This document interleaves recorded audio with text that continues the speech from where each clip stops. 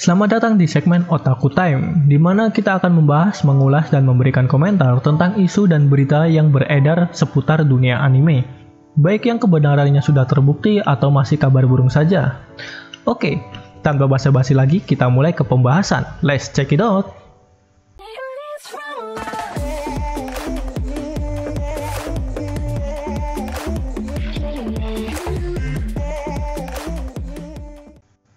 Kemarin gue sempat dengar berita bahwa penjualan komik Kimetsu no Yaiba dicegah agar penjualannya tidak melebihi rekor dari One Piece. Lebih tepatnya penjualan komiknya. Gue sempat bingung nih, kok bisa bahwa penjualan komik Kimetsu no Yaiba itu dicegah agar tidak melebihi rekornya. Gue pertama kali mikir bahwa ini berita hoax atau berita apa. Tapi kalau disandingkan ke One Piece sih masih kalah jauh ya, soalnya One Piece udah lama banget dan sedangkan Kimetsu no Yaiba baru kemarin. Nah, gue baca-baca dari artikel luar negeri, yaitu website berita yang terpercaya. Mereka mengatakan bahwa hal itu adalah spekulasi dari para fans yang mengatakan bahwa penjualan komik Kimetsu no Yaiba ini ditahan oleh Shueisha agar penjualannya tidak lebih dari One Piece. Itu bukan official dari berita yang ada dari Shueisha-nya ya, itu hanya spekulasi dari para fans. Setelah gue baca-baca ya, bahwa penjualan yang dimaksud adalah penjualan komik Kimetsu no Yaiba yang volume ke-23 kemarin, di mana penjualannya sendiri mencapai 3,95 juta eksemplar.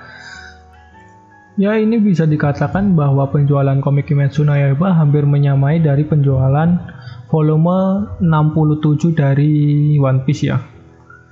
Karena volume 67 dari One Piece sendiri penjualannya sekitar 4,5 juta eksemplar dari volume itu. Itu yang membuat para fansnya Kimetsu no Yaiba ini beranggapan bahwa penjualan dari Kimetsu no Yaiba ini ditahan oleh Shueisha dengan tujuan agar menjaga komik One Piece yang tetap berada di posisi teratas. Ini hanya teori konspirasi aja sih, soalnya ya gimana?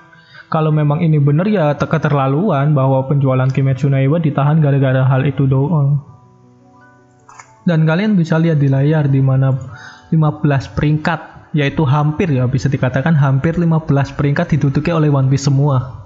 Di mana penjualannya itu dari 3,90 sampai 4,5 juta eksemplar. Di mana dari peringkat satunya sendiri yaitu volume 67 One Piece penjualannya itu 4,5 juta eksemplar, dan peringkat 2 One Piece sampai ke 13 yaitu volume 64 sampai 76 dengan penjualan komiknya sendiri sampai sekitar 4 jutaan lah. Sedangkan di peringkat 14 yaitu baru Kimetsu no Yaiba, hanya satu-satunya komik yang berbeda di 15 peringkat itu, yaitu volume 23 doang. Itu mungkin yang membuat para fans Kimetsu no Yaiba membuat konspirasi seperti ini.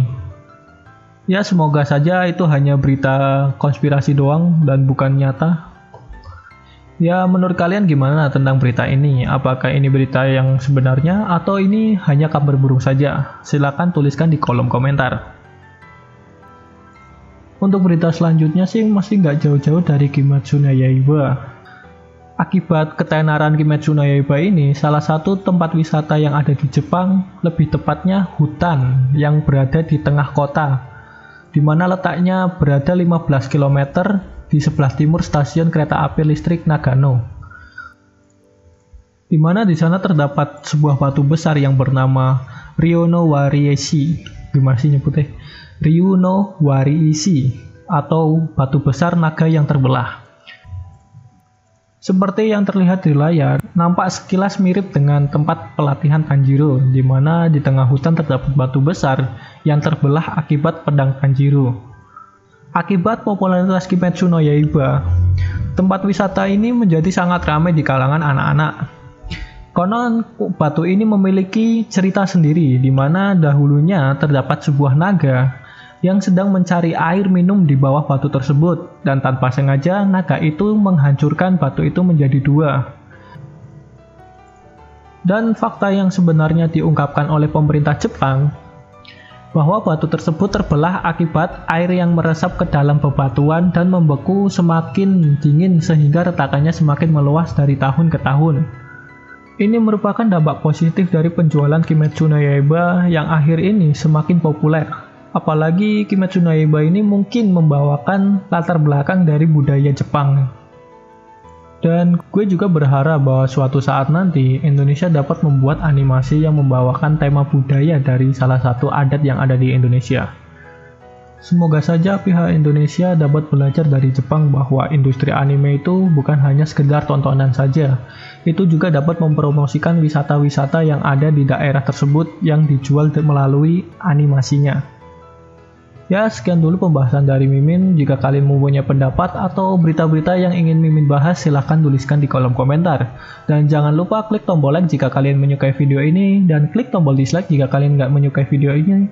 Dan share ke teman-teman kalian yang menyukai Kimetsu no Yaiba. Bye!